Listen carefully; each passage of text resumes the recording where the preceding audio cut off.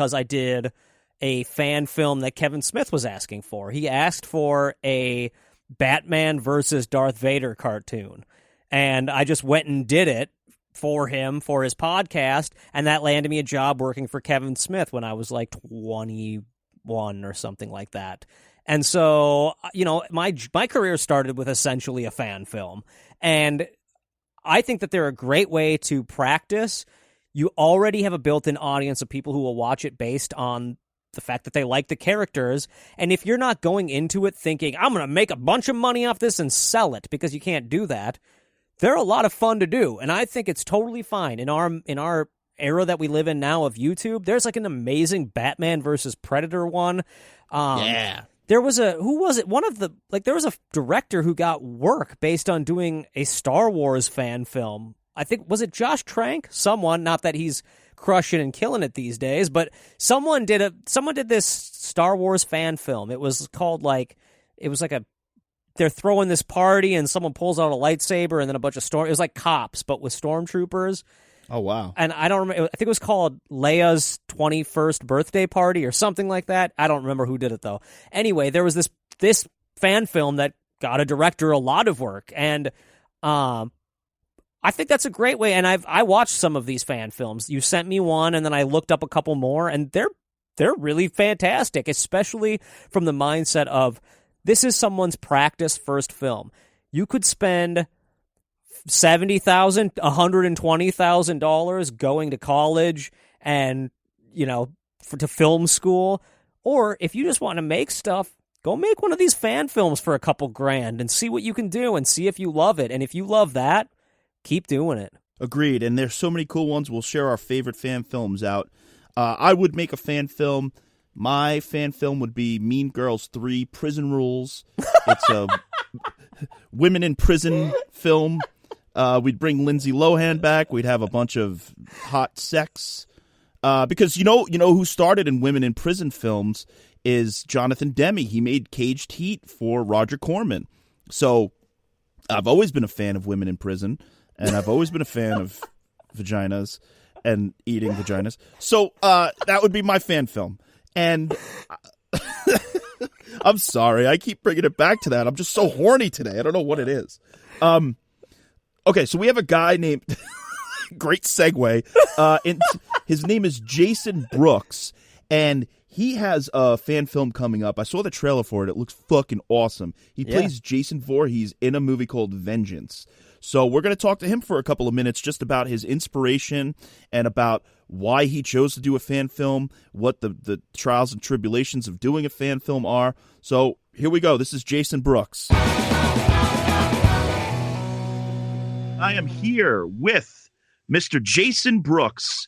Mr. Jason Brooks, he's an actor who is playing Jason Voorhees in the excellent-looking Friday the 13th fan film, Vengeance. Jason, did you change your name to Jason because you played Jason Voorhees, or was it just serendipity? Oh, no, serendipity. I was born with that name. Amazing. I mean, that's the perfect name to be born with, to play this character. How did you get to be involved with Vengeance, with this project? Oh, sure. I found out about the group of people making the film about 2 years ago or so, and reached out to them. And at the time, they're making a little short called Mythos, which was a Friday the 13th film. And I said I'd like to audition for the part of Jason. And so I sent in a video audition, and they sent me some script sides back. Said, hey, can you act out this scene as Jason? So grabbed my son, his girlfriend, ran to the parking lot, filmed it real quick, sent it back in, and got the part. That's incredible. So what kind of physicality do you bring to the character? Did you base it on a specific Jason? Because if I read correctly in your information on Kickstarter and on your social media, that it's sort of based on or a follow-up to Part 6? Yeah. So it is. It's a direct sequel to Part 6. It happens 30 years after that. And so the Jason I play, I did start off kind of basing my version of Jason as a cross between like CJ and Kane Hodder. And I did so much research. I watched, every interview I could 30 plus hours of content, just kind of researching them, trying to get in their minds, not just to kind of watch how they move, but to kind of get in their mindset too. So when they're on set, what are they thinking? And when they're acting, what are they thinking? And then went down to CJ's house and last summer, talked with him a little bit, and I asked him to like, hey, can you give me some pointers? And so he sat with me and talked about what he does and how he kind of leads with his chest and every step has purpose. And, he gave me all these pointers. And then when I went to Steve Dash's house a couple of months later, when we did film his part, same thing. I asked him and, what he does. And his response was, I just put on the fucking costume and walk. So and then he on the second night, and I don't know, is it okay to swear on this? Absolutely. Okay. But on the second night of being at Steve Dash's house, he sat me down. He kind of dropped his tough guy persona for a moment and said, Jason, can I talk to you for a moment? And I was like, uh-oh, am I in trouble? And he said, no, just heart to heart, I've seen what you can do. I've seen you as Jason. I've seen your movement. You've got the physicality. You've got the right thing. You've got the right passion for this. And I know that you've done a lot of work to kind of watch me and CJ and Kane and watch all of us. You've been studying up, and it's admirable, but throw that shit away. He said, just be yourself. If I could give you any advice, and if you'll listen to it, just be yourself and be your own Jason. He says, CJ didn't look to me. Kane didn't look to CJ. No one looked at the other Jason and said, oh, I got to be like them. And that's what made every one of their versions of the character lovable. And that's why everyone has their own favorite. So he said, just be yourself. And I think you're going to get your best performance that way. And that rang true to me. And I held on to that ever since. So I kind of brought in my own version. It's not different than anything else. It's not going to be noticeably different. It's not out of character for Jason, but it's definitely my own. And that the fact that you guys had two Jasons on this, you had Steve Dash, who was from Friday the 13th Part 2, and you had CJ Graham, who was Jason in Part 6. This was Steve Dash's final film. Also, I see that you guys had Tom McLaughlin, I don't know how to say names. I may have mispronounced it, but he was a consultant. This is the guy who wrote and directed Part 6. Yep. That's incredible to have the legacy. So obviously you guys were doing something right to get official members of the franchise in your fan film. Oh, absolutely. And when CJ was the first one that Jeremy, the director, reached out to.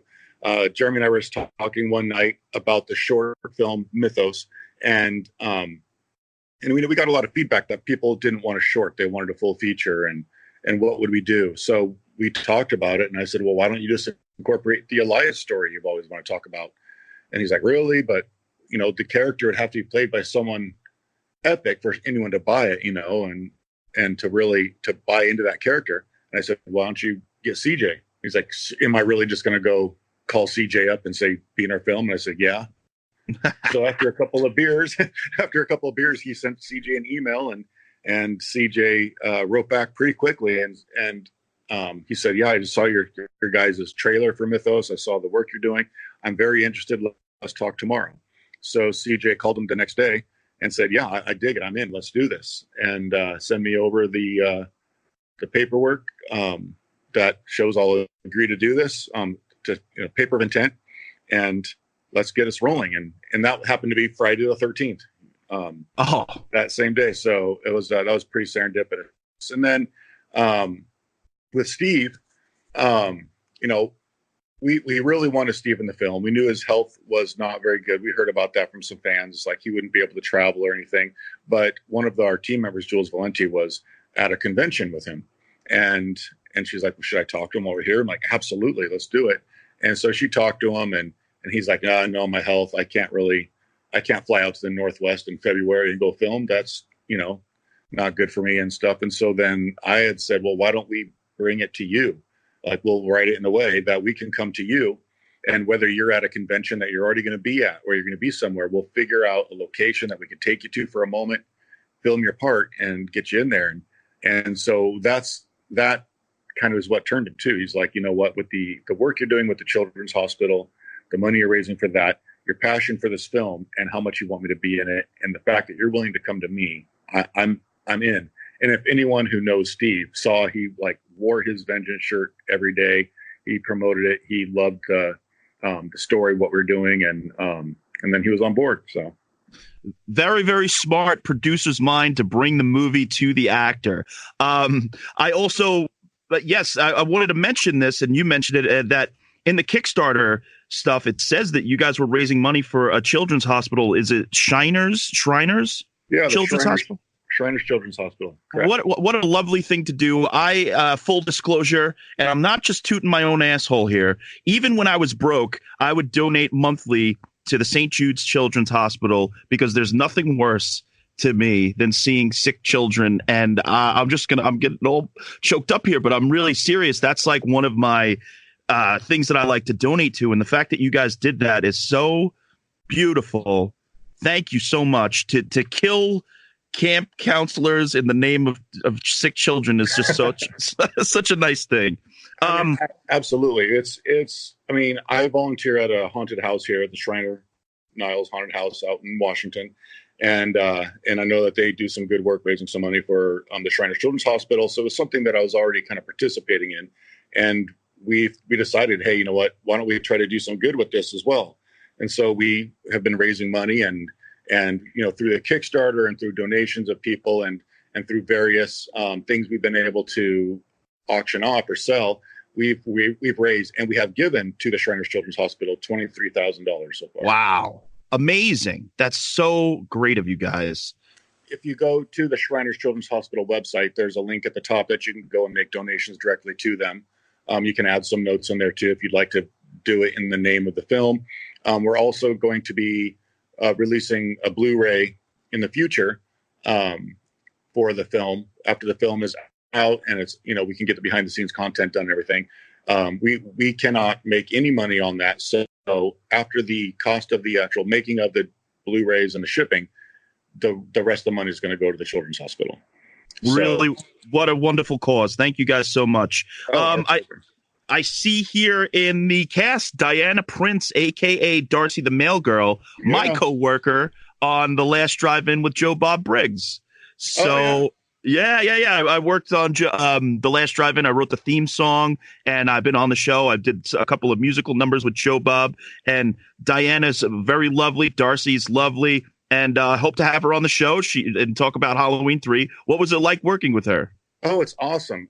Yeah, she's become a great friend. She's really cool. I'm going to be seeing her this weekend down at Creature Feature. And it was great. And she's very professional on set. It was freezing. Like, she had the skimpy costume because she's got the body to pull it off. So she's out there wearing barely anything, and it's freezing cold out here in March and in the middle of the night while we're filming. And at one point it got down to, I think, like 19 degrees out by the lake, and she had to take some clothes off. So she toughed it out, stuck through it, and just did it. Her professionalism is crazy. But speaking of Bob, did you know I'm the one who made her mail girl outfit? No. Yeah. So her mail girl costume that she wore and wears, the blue shirt and shorts, and the red mail bag that I made all that. Wow, that's awesome. Yeah, the patches, that's me. And then and also a couple other little props she wore, like the Hills Have Eyes necklace that she wore on the show, and I made that as well. Amazing, a man of many talents. I like that. So I want to ask you, do you believe are the benefits of fan films? Because obviously you can't make money on it. Is it a calling card to get future work? Or did you guys just do this purely out of the love of the Friday the 13th franchise? A little bit of both? It started off as the short and just as a passion project. And it was like everyone just loved Friday the 13th and wanted to make something cool. It's like, you get inspired. Some people want to draw Jason Voorhees, some people, or draw your favorite icon or whatever, and some people write music, and we just wanted to make a film. And I love acting. I've played Jason in the haunted house and things like that. So I love being that character. So it just kind of all came together. And then it was the passion and our own fandom for the franchise that really kind of launched us forward and made it what it is. And you can really see, when you watch the film, you can really see the love for the franchise and the characters that was put into the film. And because of that, I think that's going to help launch us forward